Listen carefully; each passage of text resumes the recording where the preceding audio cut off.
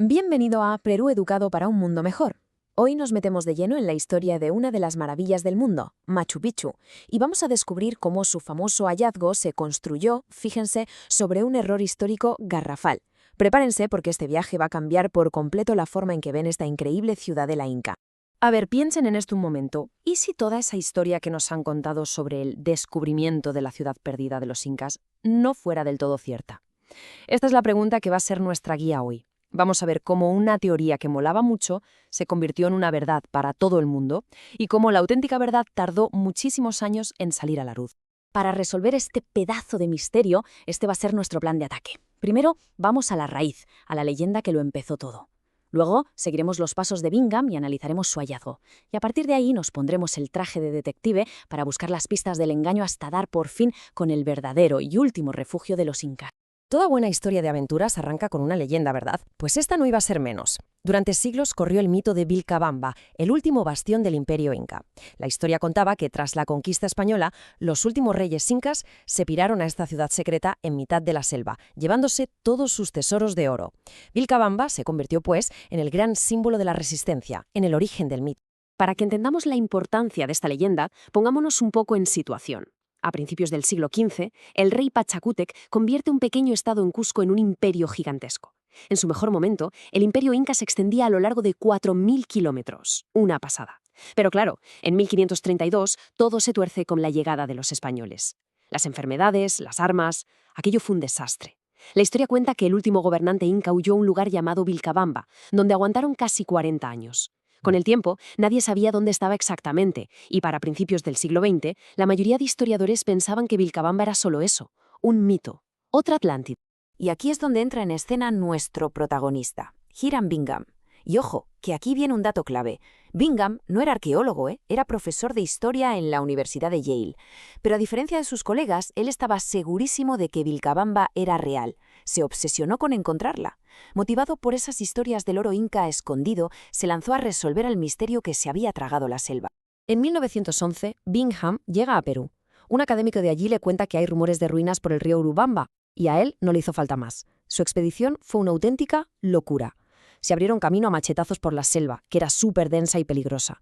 Tuvieron que cruzar un río que bajaba con una fuerza tremenda por un puente hecho con 4 troncos. Y para rematar, escalar una montaña casi vertical, llena de serpientes venenosas.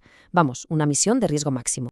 El 24 de julio de 1911, después de esa paliza de su vida, Bingham llega a la cima. Y al principio, un chasco total. Solo ve una granja humilde. Pero su guía, que era un niño, le dice que vaya un poco más allá. Y entonces, ¡fas!, lo vio. Escondidas bajo la vegetación aparecieron unas estructuras de piedra impresionantes. El subidón que se esperaba sentir le vino de golpe, pero multiplicado por 1000. Acababa de encontrar algo increíble. Y es que la escala de lo que encontró era para alucinar. No eran 4 piedras sueltas, no. Bingham y su equipo descubrieron casi 200 estructuras repartidas en 13 kilómetros cuadrados. Aunque la selva lo cubría casi todo, él supo en ese momento que estaba ante el descubrimiento del siglo. Los lugareños lo llamaban Machu Picchu.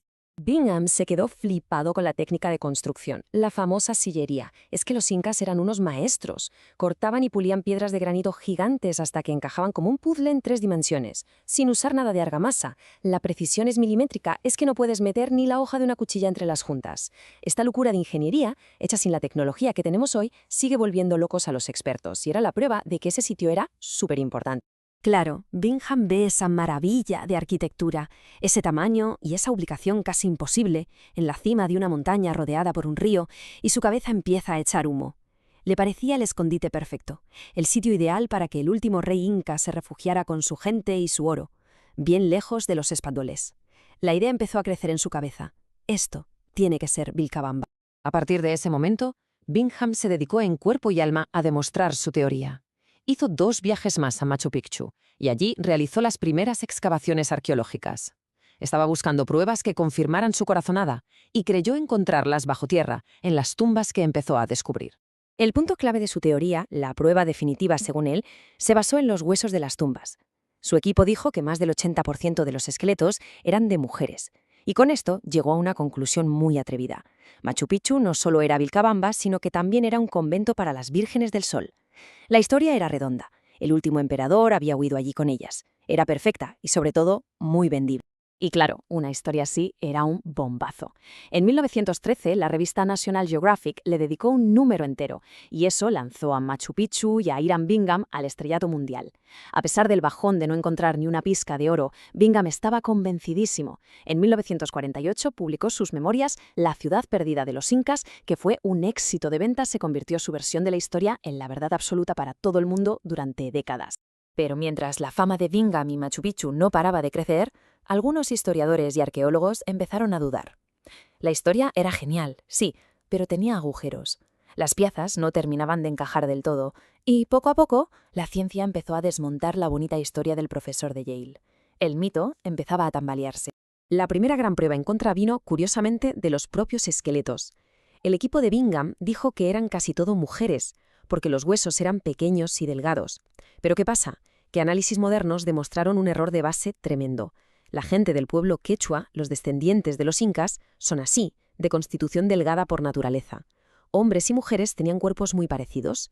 Se volvieron a contar los restos y la proporción era mucho más equilibrada. Adiós a la teoría de las vírgenes del sol. Pero la prueba más bestia, la que tumba la teoría de Bingham para siempre, estaba a la vista de todos. O mejor dicho, lo que no estaba. Los registros de los propios conquistadores españoles lo dicen clarísimo. Cuando por fin encontraron Vilcabamba, la saquearon y la quemaron entera. Le prendieron fuego a todo para acabar con la resistencia. Y en Machu Picchu no hay ni una sola señal de un incendio de ese tamaño, ni cenizas ni paredes negras. Imposible. Simplemente no podía ser Vilcabamba. Entonces, si Machu Picchu no era Vilcabamba, ¿dónde estaba la verdadera ciudad perdida de los incas? La respuesta a este lío llegaría muchos años después, y lo más curioso es que vino de la mano de un explorador que en parte siguió los pasos del propio Bingham. La historia estaba a punto de corregirse a sí misma. Y esto es lo que demuestra la tremenda ironía de esta historia. En su viaje de 1911, el mismísimo Hiram Bingham llegó a un lugar en la selva llamado Espíritu Pampa. Pero lo vio cubierto de plantas. No le pareció gran cosa y lo descartó, sin investigar más. Pues bien, más de 50 años después, en 1964, otro explorador, Jean Savoy, llegó al mismo sitio y decidió excavar a fondo. Y sus excavaciones sacaron a la luz una ciudad mucho más grande de lo que parecía, una que sí encajaba con lo que contaban los españoles sobre Vilcabamba. Savoy había encontrado la verdadera ciudad perdida. Y a todo esto, ¿qué pasó con el oro? Con el tesoro que motivó todo. Pues Jean Savoy tampoco lo encontró en Espíritu Pampa. Y la respuesta, una vez más, estaba en los papeles. Las crónicas españolas cuentan que al conquistar la Vilcabamba de verdad encontraron el tesoro y lo fundieron todo allí mismo para poder llevárselo más fácil. El famoso oro de los incas nunca estuvo perdido, simplemente fue saqueado y transformado. Así que para que quede todo bien claro, resumiendo, Machu Picchu es una ciudadela inca espectacular, una obra de arte de la arquitectura y la ingeniería, pero su función exacta sigue siendo un misterio. La teoría que más fuerza tiene hoy es que fue una finca real o un centro ceremonial que mandó construir Pachacútec. Lo que no fue, y esto es lo importante, es Vilcabamba. Ese honor le corresponde a Espíritu Pampa, el verdadero y último refugio de la resistencia inca, el lugar que vio el fin de un imperio. El error de Hiram Bingham, que fue un errorazo, nos regaló una de las 7 maravillas del mundo moderno, pero corregir la historia nos permite ver Machu Picchu como lo que de verdad es, no como el último bastión de una guerra, sino quizá como un lugar de retiro, de estudio de las estrellas o de ceremonias sagradas. Ahora que la hemos liberado de la leyenda de Vilcabamba, la ciudadela se vuelve todavía más enigmática y nos deja con una pregunta fascinante en el aire. Si esta no era su historia, ¿cuál es entonces su verdadero secreto? Nos vemos de nuevo en otro episodio de Perú Educado para un Mundo Mejor. Si este análisis te ha parecido interesante, haz clic y compártelo para que la verdadera historia llegue a más personas.